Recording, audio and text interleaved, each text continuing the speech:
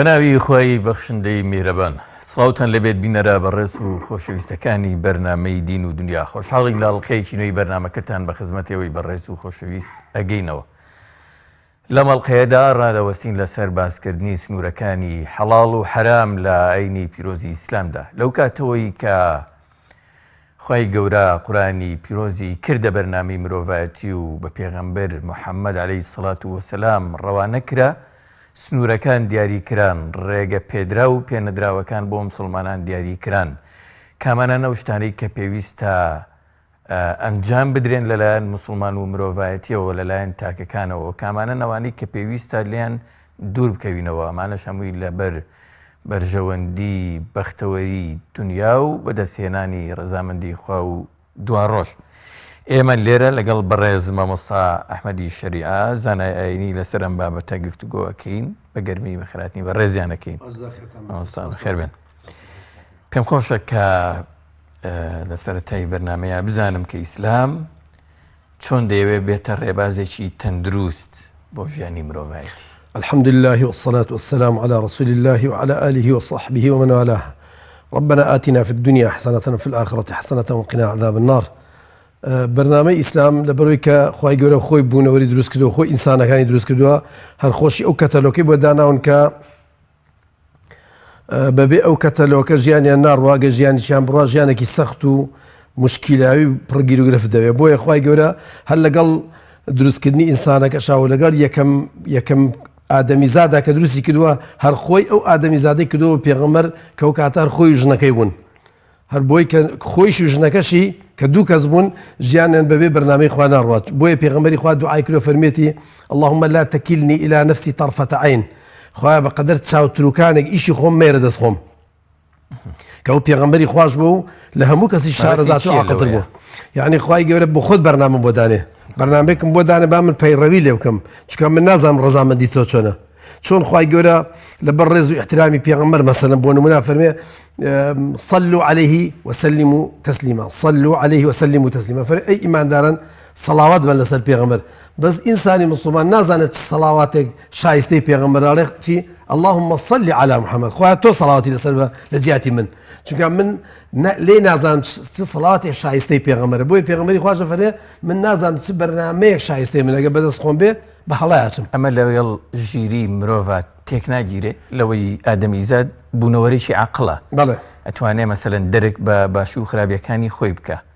ئایا پێویستەکە مەسەلەن ئەم بەرنامەیە یان چاوەڕێی خۆی گەورە بێ بەرنامەی ژیانی بۆ دانێ لە ئەوەی کە ژیانی ئینسانی پێڕا دوو بەشە بەشێکی چۆن لە قەواعیدی فقهی خۆمانە لە ئیسلامە پێ ثەوابیت ئەوەی کە بەعزێ شتێ ئینسان دەرکی پێ ناکە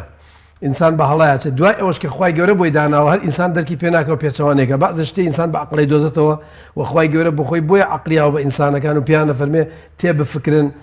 بگەڕێن بە دوای شتا بگەڕێن شت بدۆزنەوە بخوێنن و یعنی شتێکە زۆر زۆر موهیمە لەو بابەتە ئەوەیە کە ئەم ئیسلامە یەکەم کەلیمەی ئەم قورئانە بە ئیقرا دەستی پێکردووە کۆتاییەکەشی هەر بە ئیقرا دەست پێکە ئەم ژیانی ئینسانە خوای گەورە یەکەم جار کە قورئانی ناردوو فەرمێتی ئیقرا بسم ربك الذي خلق خوای گەورە بەخۆی فێری خوێنەواری کردووە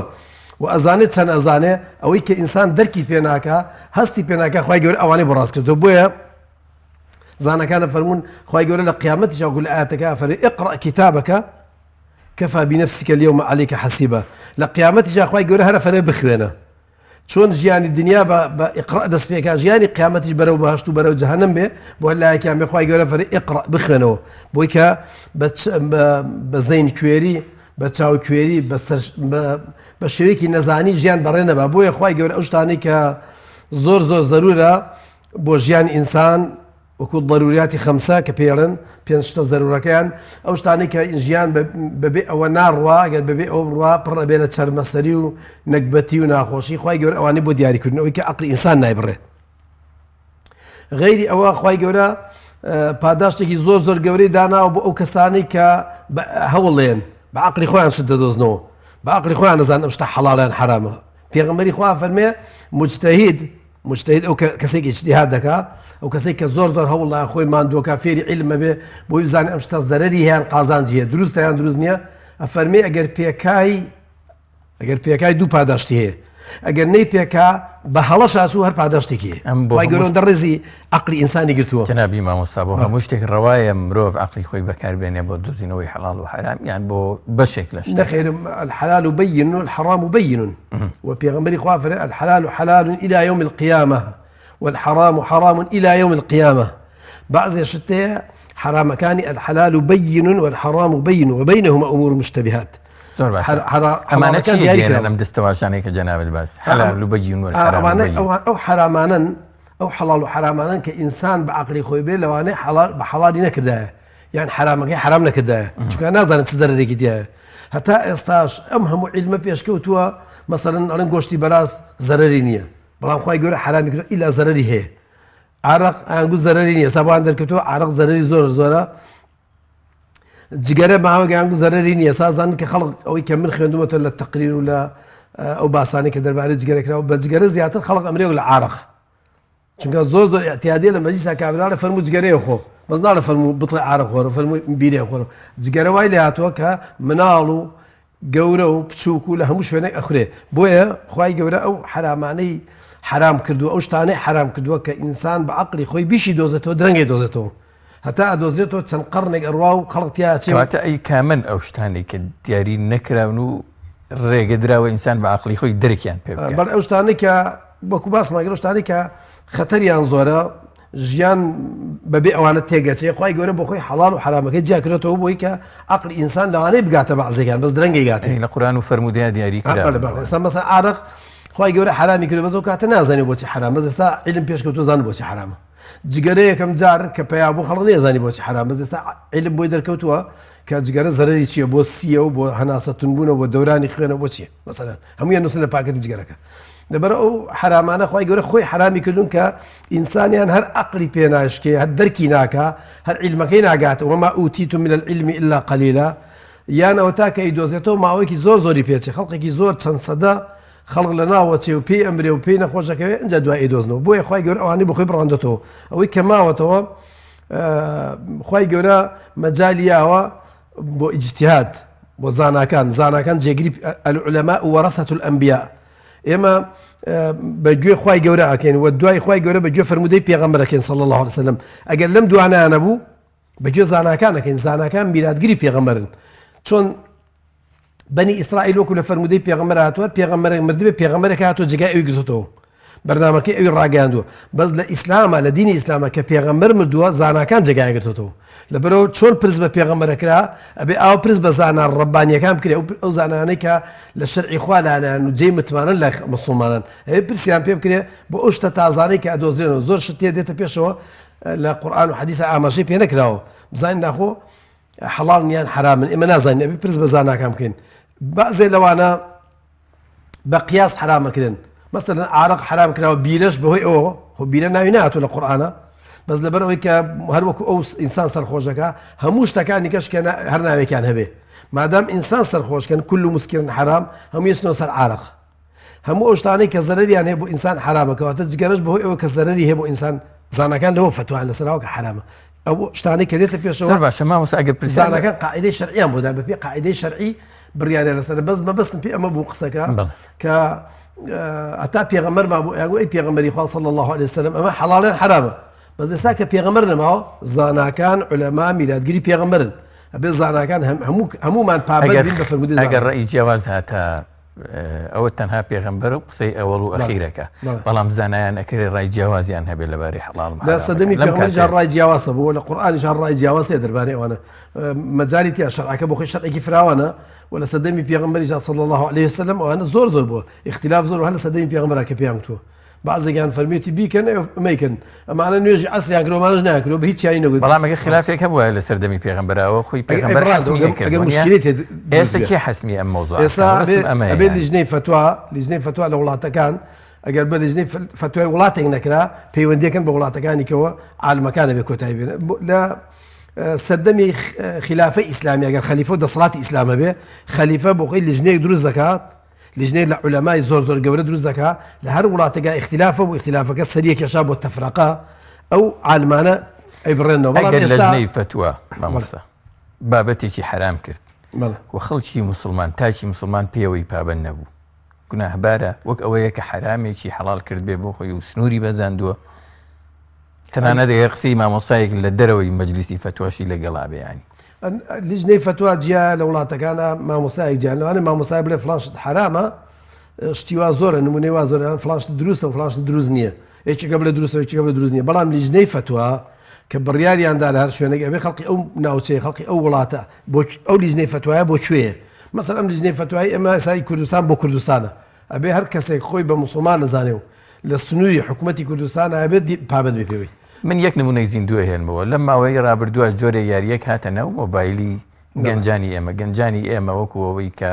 مدمین بووی پێوەی شەو ڕۆژ بە ئێستاشەوە مەسەلەن یاری پێەکەن زۆر زیانی مەسەلەن پێگەیاندن لە ڕوویەوەی کاتیان لێگرێ مەسەلەن شەوان خۆیان مەسەلەن ناخەون ئیسراحەت ناکەن نایڵن دەوروبەریان ئیسراحەت بکە لیژنەی فتوای ئێمە لێرە لە هەرێمی کوردستان ئەم بابەتی بە حرام دانا ڕایگەیان کە ئەمە حرامە هەرکەس بیکە بەڵام زۆر کەم پابەندی ئەم فتوایە بوون ئەتوانم بڵێم بە ڕێژەیەکی زۆر کەم من داتایەکی دقیقم لا نییە بەڵام ئەوەی کایبینی لە دەرەوە ئیسیجابەیەکی وانە بوو بۆم فتوایە ئەمە بۆچی ئەگەڕێتەوە ینی فتواکەی ئەوانش ینی فتواکەی ئەوان ئینسان بە واقعی بیری لە بکات چونکە ئەو علەمانە یەکێک دوان نییە ئەگەر ئەویان لە بیری چێتە ئەو بیرێنێتەوە گەر ئەمیان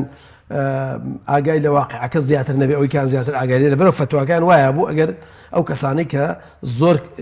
کاتی خۆیانی پێوەکوژن ئەگەر ئینسان کاتی خۆی زۆر بکوژێ من نمونەیەکە بۆ ژەرمانە لە فەرمودەی پێغەمبەرە سێ کەساتنە جاءت ثلاثة رهط إلى بيت رسول الله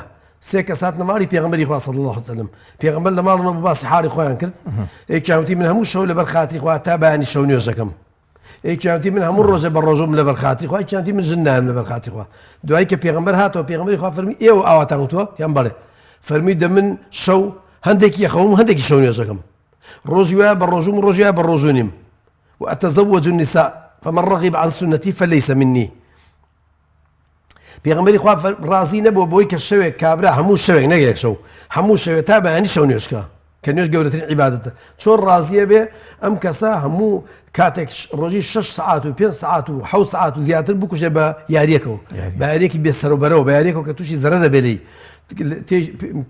پێی معقەد دەبێ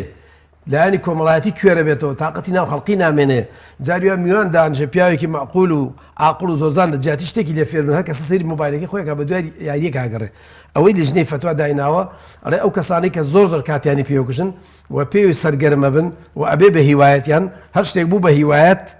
بە هیوایەت دروستنی ئەگەر نوێژش بێ بۆی بزانی ئەم کابرا بە هیوایەتی خۆی بە شەرعنا چونکە شەرع فەرمێ قم الليل إلا قليلا نصفه أو ينقص منه قليلا شو نختك يا نيوي توزل النيوي زياتر توزل النيوي كم تربز ولا نخير من هموي ده هو عرزوه إما كاتج برنامج خوا بو إما بكالجيكا بجو برنامج كيف كنا نقبل عرزي خمان خوا يقول حتى القرآن جاء فرمي بخوان بكيف خوان هذا حلال وهذا حرام أما حلال أو حرام بكيف خوان حلال وحرام كان حسابه منا كان لا ئەما بێ لە شەرعی خوای گەورە حساب بۆ شەرعی خوا بکەین دوای شەرعی خوای گەورە و باسمان کرد دێتە سەر چی سەر ئەو بابەتانی کە جەناب باسی کرد بێ زاناکانی ئێستا فتوای لەسەر بن و خەڵک پابند بێ پێوەی بەڵام بێ لە فتواکە تێبگەن فتواکە ناڵێ هەر حرامە و مەیکەن هەر کەس دەستی بە پێوە گوناحبار بووە ئەفەرمێ ئەوە کەسانی کە کردیان بە هیوایەت بۆ هەوەی ئەوەی کە ژنومێر لێک جیابنەوە بۆ ئەوی کوڕباوک لەگەڵ یەکا بینیان تێکچێ و لە مناڵەکەی با و لە کوڕەکەی با لە کچەکەی بە لەو حاڵەتانەیە ژنومێر مەسەلەن تێکچوون لەسەرەوە بینیان تێکچێ بەڵێ لەو حاڵەتانەیە ئەمە پێوتێ سەدی ذەریعە بۆی کە ئەو خەتەرە گەورە ڕوونایە ئەبێ ڕێ لەم شتە بگیرێ ئەگەر لە سەردەمی پێغەمبەری شانە بۆ صلی الله عليه وسلم هیچ ئاەت و حەدیثێکی ناڵێ حرامە ئێمە زاناکان جێنشینی پێغەمبەرن ئەوان فتوامان بۆیان ئەبێ پابند بی پێوەی بڵێ مامۆستای بەڕێز ئەگەر بگەڕێنەوە بۆ ئەو بابەتی پێشوو ئێمە پرسیار لەوە بکەین مەسەلەن بۆچی لەم دنیا فراوانەیە ئێمە سنوورمان بۆ دیاری کراوە ئەمانە حەڵاڵنەوەوانە حرامن حکمت لەمەیە چیە؟ دائما إنسان إن الإنسان لا يطغى إنسان دائما حزين الطغيان وزيادة الروية خواهي قولي بوشي دانا وإسالة سنوري درسيك نكسي كبرين نا مسلمانا كاش داري وعزور جال سنوري خواه درسي لبرو خواهي قولي پابندی کردووە ئینسان خوای گەورە بە عەجولی درستی کردووە زۆر بە دوای شتا ئەگەڕێ زۆر حەزەکە معلومات بزانێ و خوای گەورەش مەجالیەوە زۆر بە دوای معلومات ئەگەڕێ بەس لەو سنوورانە دەنێت چونکە لەو دی ئەو سنوورانەوە تووشی زەرەرێکە بێت کە ئەم لێی نازانە وەکو لە سەرەتا باس زۆر کەسن پرسیار لەسەرەوەکەنەڵێ بۆچی خۆی گەورە پێی داوین و لێمان قەدەغاکە مەسەرەن پرسیار لەسەرەوەکڵێ ئەم هەموو نعمەتەمان پێبەخشراوە ئێمە مەسەرەن بێشمار بێ سنوور بەڵام لێمان قەدەغەکراوە لێمە ئەم نیعمەتانە قەت خی گەورە نیعمەتێکی دروست کرد بێ هەموو ئەرز و ئاسمانەکان و هەموو هەرچی لە زەویە لە ئاسمانەکانە خی گەورە بۆ خزمەتی ئینسان دروستی کردووە وخوای گەورە 124,000 پێغەمبەری لەبەر خزمەتی ئینسان نردووە وخوای گەورە هەموو کەلام و کتێبەکان هەتا گەورەترین کتێبیان کە قورئانە بۆ خزمەتی ئینسان نردوێتی بەڵام ئەو شتانەی کە زەرەری هەیە ئەو شتانەی کە زەرری خی گەورە لێ قەدەغە کردووە نیعمەتە بە زایر نیعمەتە هەتا حدێک نیعمەتە هەتا ئەندازەیەک نیعمەتە مەسەلەن بعضێ شتەیە گەر ئەندازەیەکی لێ بخۆی نیعمەتە بە زیاتری لێ بخوا بێ بە نیقمەت و کاوراڵێ خوێ ئەیکێ چێشت و هەندێکی تێکە چێشتەکە خۆشە بێ کەمی تێکە خۆش نییە زۆری تێکە خۆش نیە بێ ئەندازەی خی گەورە سنووری داناوە بۆ هەتا بۆ تەمەنی ئینسانی لێرەوە تا ئەوێ ئەژی لەبەرەوە ئەو حەڵال و حرامانش خی گەورە سنوورێکی بۆ داناون چونکە ئینسان بە نەزانی ئایان بەزێنێ ئینە الئینسانە لە ظەلووم کەفار ظلوم جهول لە شوێنی کا فەرمێ ئینسان جەهولە ینی بەعزێ شتەیە نایزانێ یان خۆی لێ جێلەکە یان نەفسی ئەی خەڵەتێنێ شەیتان ئەی خەڵەتێنێ ئەیکا بەڵام خی گەورە بۆی داناوە فەرمێتی ئەم سنوورە من دیاریم کردووە بۆ نییە سنووری من بەزێنی ئەگەر بەزاندت تووشی مشکلابی و ئینسان دائیمەن بە بەزاندنی ئەو سنوورانەی حەڵال و حرام هەر لە دنیاشە تووشی مشکلابێ ئەو هەموو نەخۆشی و دەرد و بەڵام موسیبەتێک ئێستا بڵاوەتەوە بەشێکی زۆری بەزیناوە بە زینا و ئافرەتبازی و نێربازی و ئارە خواردنەوە و جگەرە خواردن و مەسەن ئەو شتانێک کە شەرع حرامی کردووە بە قومار و بە ئەو فیتنەکانی کەش دەگەڕێتەوە بۆ یەکتر کوشتن و بۆ دزی و بۆ حرامخۆری و بۆ بەزاندنی سنووری خی گەورە لەبەرەوە خی گەورە ئەو سنوورانی دیاری کردو لە هەوڵە باسمان کرد لە سەرەتاوە باسمان کرد ئینسان بۆ خۆی نەی ئەزانی ئەو خەریتە بکێشێ ئەو سنوورە دانە بڵێ ئەمان حەڵاڵ و ئەوان حرامە لەوانەیە گەر ئینسان خۆی داینایە ئەوەی کە خی گەورە زۆر بە حرامی داناوە ئەو زۆر بە حەڵالی بزانایە وەکو چۆن ئێستا بەعزێکە زەڵێن کە یان مسلمان و خەڵەتاون یان مسلمان نین ئەڵێ گۆشتی بەراز زۆر چەور و خۆش و بەلەزەتە بۆخوا حرامی کردووە خی گەورە لە تۆ باشتری دێزانێ ئەئەنتم ئەعلەم ئەم الله ئێوە باشتری دێزانیان خوا لەبەرە خی گەورە بەرنامەی داناوە بۆ ئەو کەسانی پابەند دەبن پێ ئەو کەسی پابەند نابێ پێوەی ئەو بۆ خۆی دوای جواباتەوە بەڵام بۆ ئێمە وەکو مسلمان لە هەر سنوورێ بەزێنین بە گوناح هێزانی هەر حرامێ بخۆین بە گوناح هێزانی چونکە ئیسلام بریتە لە دوو کەلیمە ئیسلام ئەمانە حەڵاڵن بیان کە حەڵاڵ و پێویستن و واجبن بیان کە ئەمانەش حرامن تخونیان مەکەوە لەبەرەوە خی گەورە بۆیە سنوورەکەی داناوە خەڵق نازانێت ئەو سنوورە دانێ بۆیە خی گەورە سنووری مامۆستا لەم مەوزوعی حەڵاڵ و حرامەیە زۆر جارە بینین کە ئیفرات و تەفریت چیتیاکرێ هەم لە لای پێڕەوکەرانەوە هەم لەلایەن بانخوازانەوە با بڵێن زۆر جار جیاوازی ڕێیە بینرێ زۆر جار مەوزوعەکان تێکەڵەکرێن زۆر جار وەکو حەز و ئارەزوو لێ ئەڕواندێ مەسەلەن کەسێک حەزی لەم بابەتەن یاری حرامە کەسێک حەزی لەوەیە ئەڵێ حەرامە مەسەلەن لەمە یا بەرچەوڕوونی چییە ئەمە ئیفرات و تەفریتە چۆنە بێ مەسەلەن هەم بۆ خیتابەکە وەڵامەکە بۆ پێڕەوکەرانی دینە هەم بۆ بانخوازانیش حەزەکەم لەسەرەوەیان گەورەترین بابەت کە زەرەردا لە ئومەتی ئیسلامی ئەوەیە کە خەڵک بەبێ عیلم فتوایە وەکو زانەکان فەرمی نابێ منە لەخۆ هەر کەسێکی وەکو من هات و یەکسەر فتوا بێ ئەمە بۆیە وتمان زاناکان میلادگیری پێغەمبەرن ئەبێ ئێمەمانان هەر کەسێک پرسیاریان لێکردین ئەگەر لێمان ڕوون و ئاشکرا بوو ئەمان زانی قەینا بەڵام غەیری ئەوە بێ پرس بە کەسی شارەزا بکەین هەتا ئەگەر گومانیشمان هەبوو نابێ ئەبێ ئینسان پرسێ ئەگەر خەڵقی شارەزاتری لێ بۆ بێ ئەوان جواب بنەوە ئێمە لە خۆ جواب نینەوە لەبەرەوە ئەم بابەتە بابەتی فتوایە بابەتی فتوا یعنی هەر کەسێک حەڵاڵی حرامکە وەکو لە فەرمودەی پێغەمبەر هاتووە ئەفەرمێ ئەم کەسە خۆی کردو بەخوا چونکە حەڵالکردن و حرامکردن ئیشی خوایە حەڵالکردن و حرامکردن ئیشی خوای گەورەیە هیچ کەسێک بۆی نییە هیچ شتێک حەڵالکە هیچ شتێک حرامکە ئیلا لەژێر چەتری ئەو بەرنامەی ئیسلامانە بیانێ بێ ئەو قاعیدە و بنەمایانەی کە لە ئیسلامەوە هاتون بگەڕێتەوە بۆ ئەوانە لەوانەوە دەرسێک وەرگێ لەوانەوە بەرچاوڕۆشتێکی ئەنج بۆ شتە بڵێ حرامە کە وەختی خۆی نەبۆ شتێکی تازەیە کەواتە فتوا مەسەڵەن هەتا پێغەمبەری خوا فەرمێ خوای گەورە دین عیلم لەناو نابە عیلم لەناو نابە بە عیلمەکە خۆی ئەمێنێتەوانێ بەس عالمەکان ئەمرێنێ عیلمەکان وڵای کەشتەوە ئاسمان بەس عالمەکان ئەمرن کە عالمەکان نەمان خەڵق کۆمەڵی خەڵقی نەفام و نەزانەکەن بە پێشەوای خۆیان پرسیاریان لێکەن ئەویش نایزانێ و بە نەزانی جوابیان دایاتەوە خۆشی ئەوانی گومڕاکە خۆشی گومڕاکە ئەوانی گومڕاکە سەر لە خۆشی شوێنێ سەر لەوانی دەشوێنێ خۆشی گوناحبارەکە ئەوانی گوناحبارەکە یەکی لەو شتە خەتەرانی کە هەیە وەیە لە ئیسلامە بە هیچ جۆرێ دروست نییە هیچ کەسێک بەبێ عیلم قسە لە هیچ شتێ بکا بە تایبەتی لە حەڵاڵ و حرام بە تایبەتی لە حەڵاڵ و حرام بە هیچ شتێ دروست نییە چونکە هەر کەسێک بەبێ عیلم و زانی و لە عەمدەن قسەی لێ کرد ئەوە وەکو لە فەرمودەی پێغەمبەر هاتووە خوای گەورە لێ پرسێ بۆ خۆت کرد بەخوا لە قیامەت لێ پرسێ بۆ خۆت کرد بەخوا بۆ شت لە خۆ حەڵال کرد زۆر گرفت بۆ شتە حرام کرد بۆ لە خۆ ئەم شتە حرامە گەر لێی نازانی ئەو خەڵقی شارەزای ئەگەر کەسی شارەزانیە تۆ لە خۆتی دوور خەرەوە چونکە کاتێ پرسیاری حەڵال و حرام کراوە لە هاوڵانی پێغەمبەر صلی الله عليه وسلم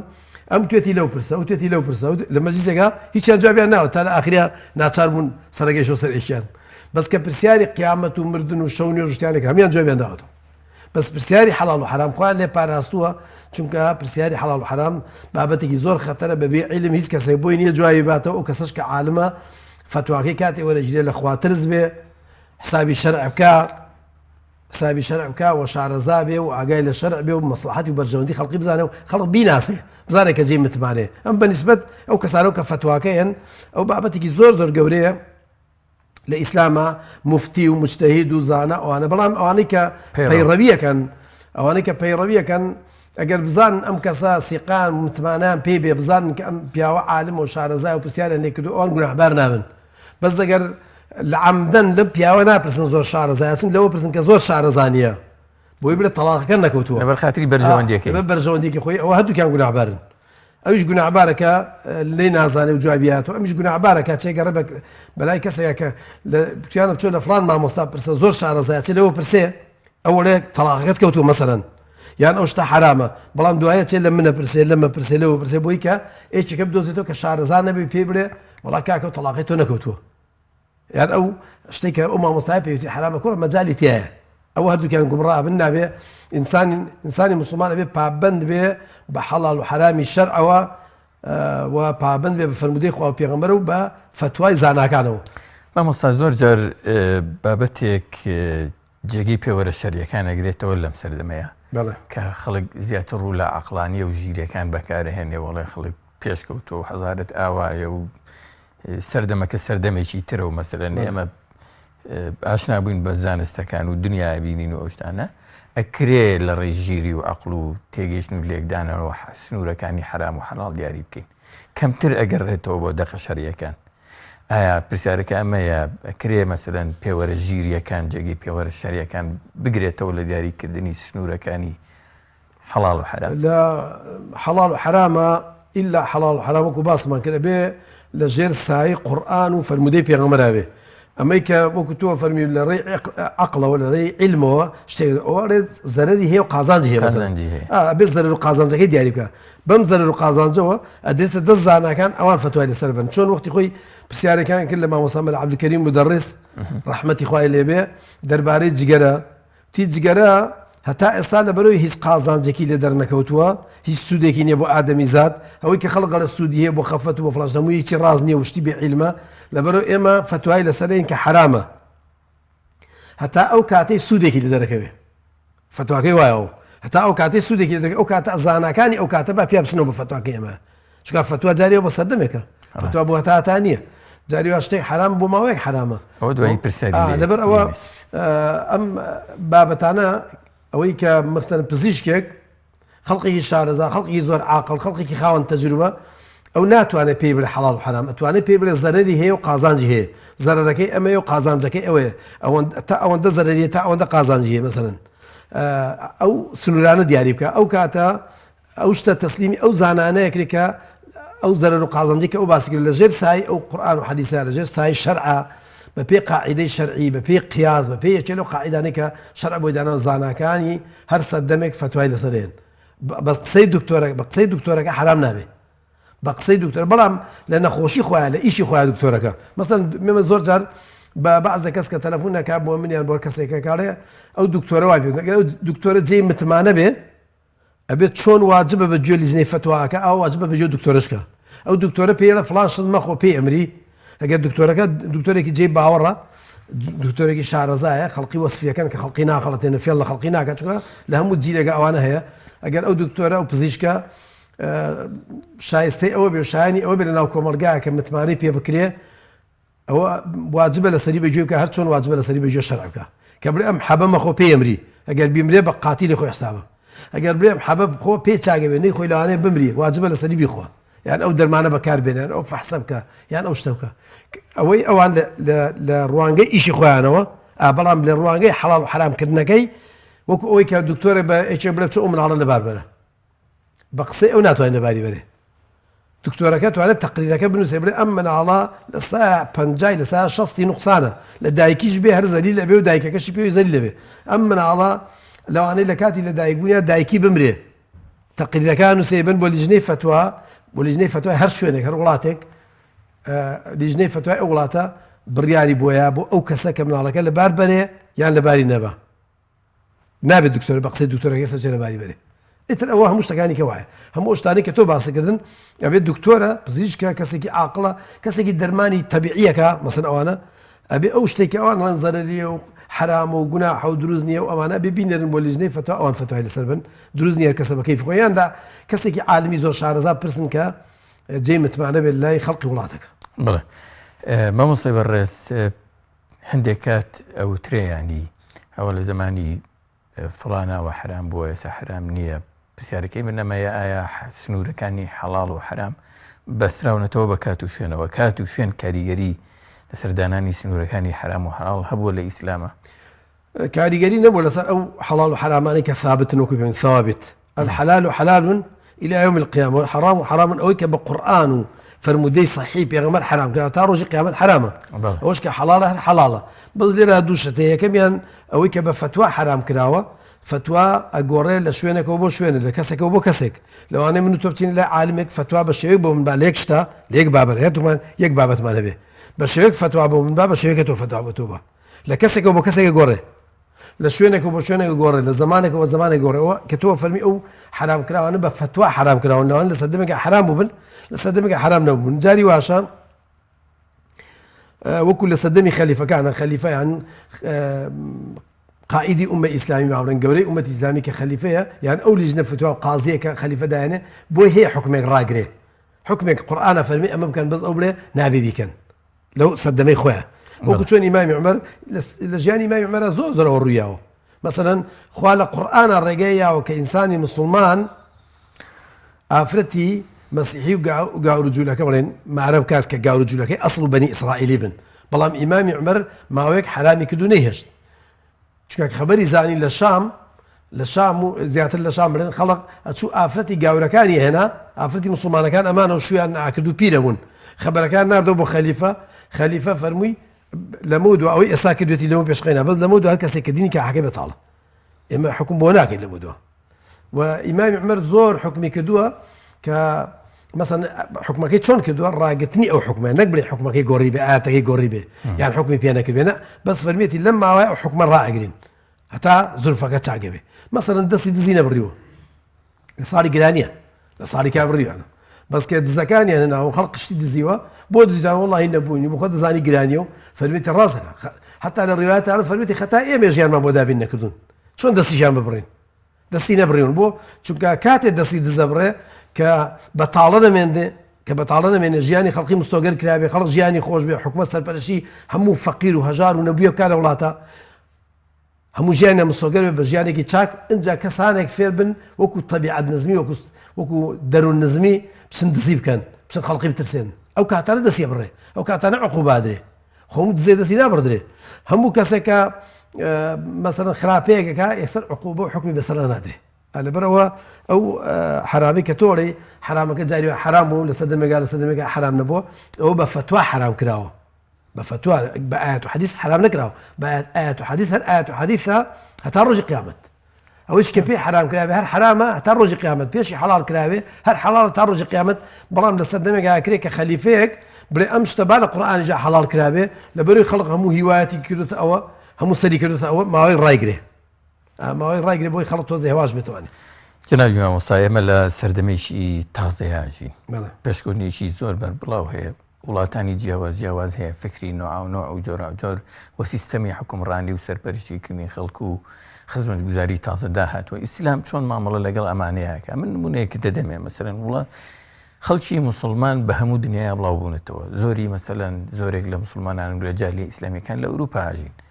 بۆ نمونە هەندێک لە وڵاتە ئەوروپیانە جاری وا هەیە ڕێگە نادەن کچێک بە سەرپۆشێکەوە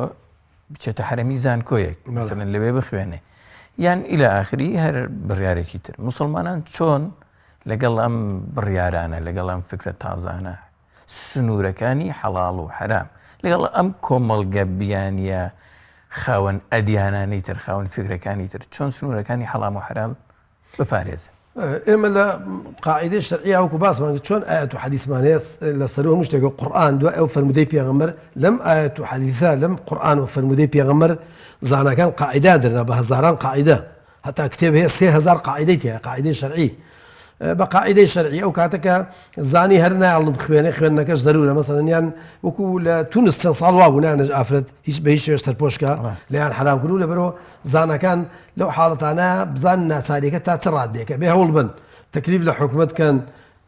بۆ خۆیان مزاهرە ئەکەن مەسیرە ئەکەن داواکاریان بە حکومەت هەموو ڕێگاکان بگرنە بەر ئەگەر حکومەتەکە هەر ڕازی نەبوو ئەو کاتە زاناکان بۆی کە کچی مسلمانان بێبەش نەبێت لە خوێندن فتوایان بۆیان ئەوەندەی کە ماوەی دەرس خوێندنەکەی قەیناکە بۆ شێ بچن بەس کە لە دەرسەکە بوونەوە بێنەوە دەرەوە لەسکە بکەن کە لە دەرسەکە بوون کە چون بۆ بازار کە چون بۆ شوێنێکە بەس لەو ماوەی کە نایڵن لەو ماوەیە ڕێگایان پێنادەن نایڵن لەسکە بکەن مادام نەهێشتنەکە گەشتێتە حدێک کە هەموو ڕێگای گیرا بێتە بەر چارەسەری نەبێ بەگوێ کەس نەکەن حساب بۆ کەس نەکەن لەو حاڵەتانە قەیناکە الضرورات تبيح المحظورات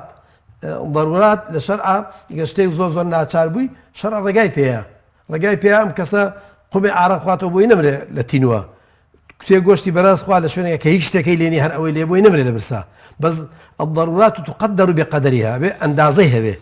نابێ کابرا بە کەیفی خۆی عارەق خواتەوە بڵێ شەرع ڕێگای پێیە یان بە کەیفی خۆی ئەبێ ئەوەندە بخوا کە پێی نەمرێ ئەبێ ئەو ئافرەتەش ئەوەندە لەسکەنەکە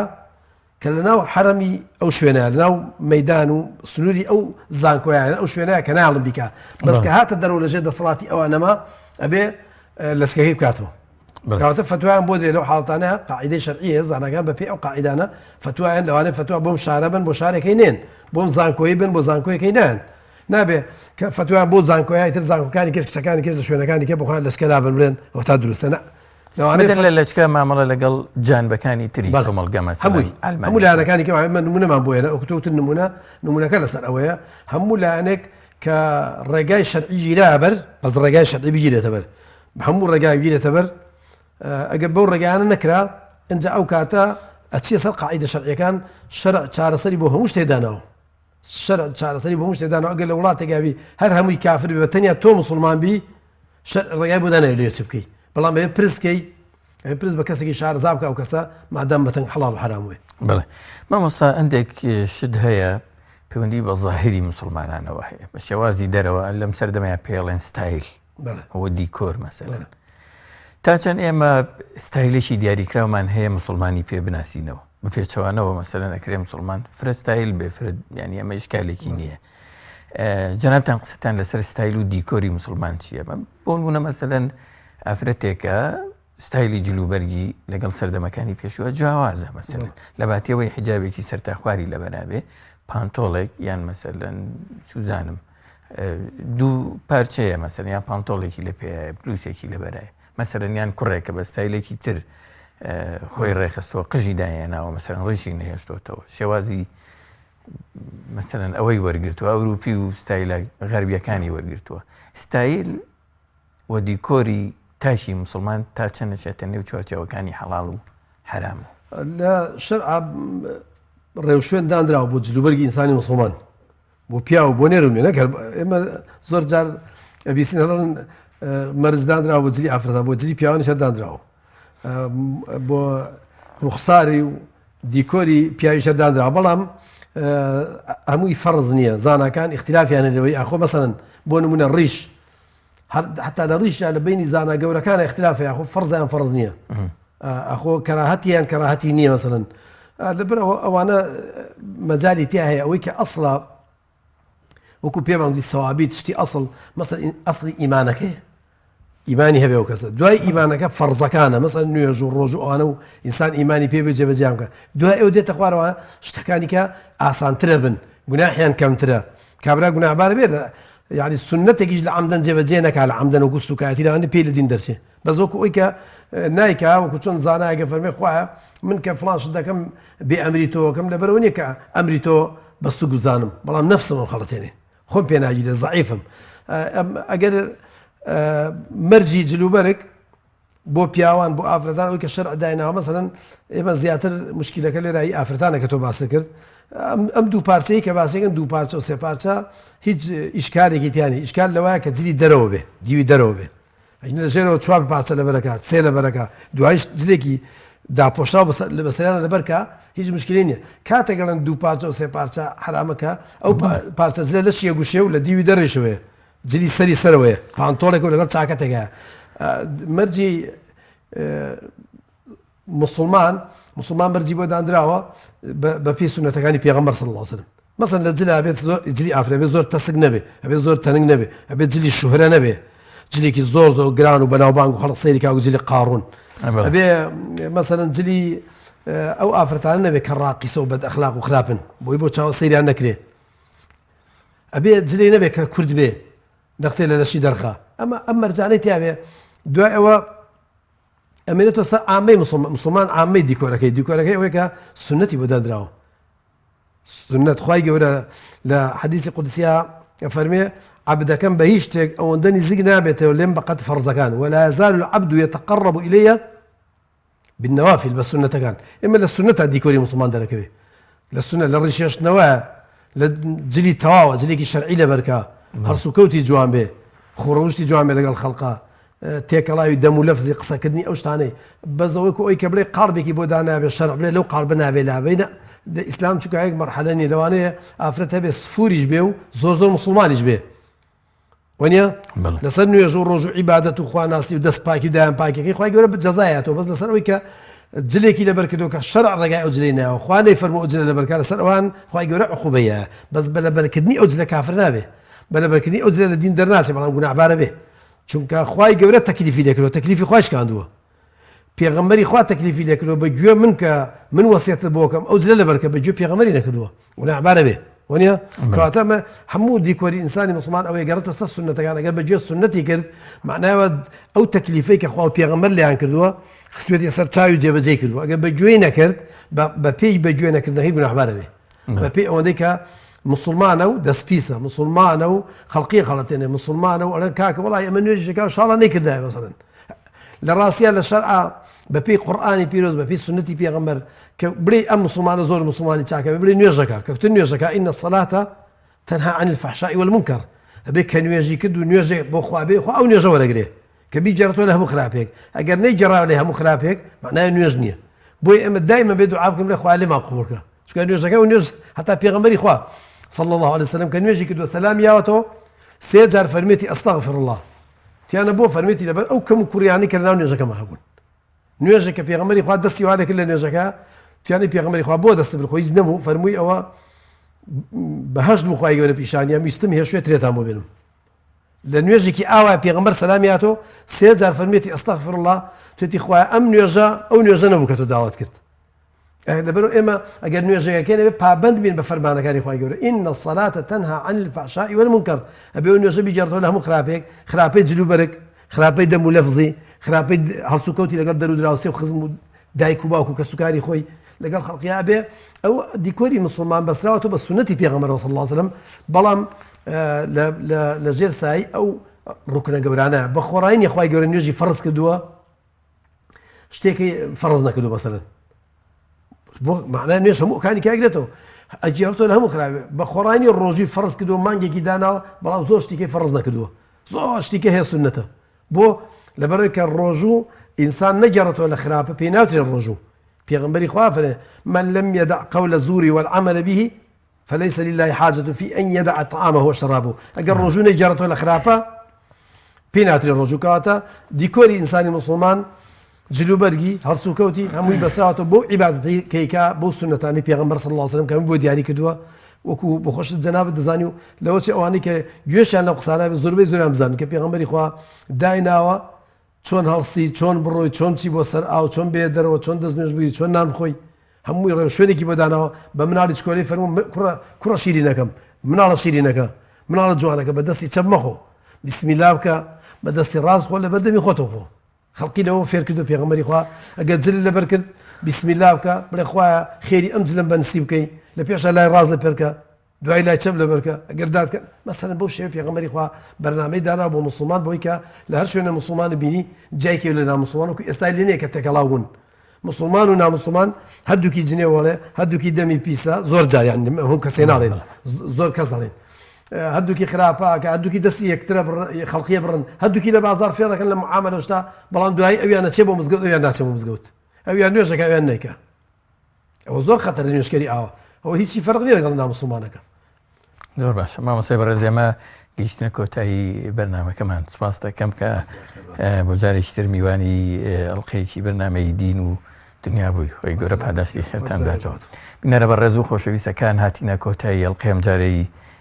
بەرنامەکەتان لێرەوە سوپاسی دووبارەمان بۆ بەڕێز مامۆستا ئەحمەدی شەریع زانایانی کە میوانی ئەڵقەیەم جاری بەرنامەکەمان بوو ئێوەش بەخوا ئەسپێرین تا ئەڵقەی داهاتوو.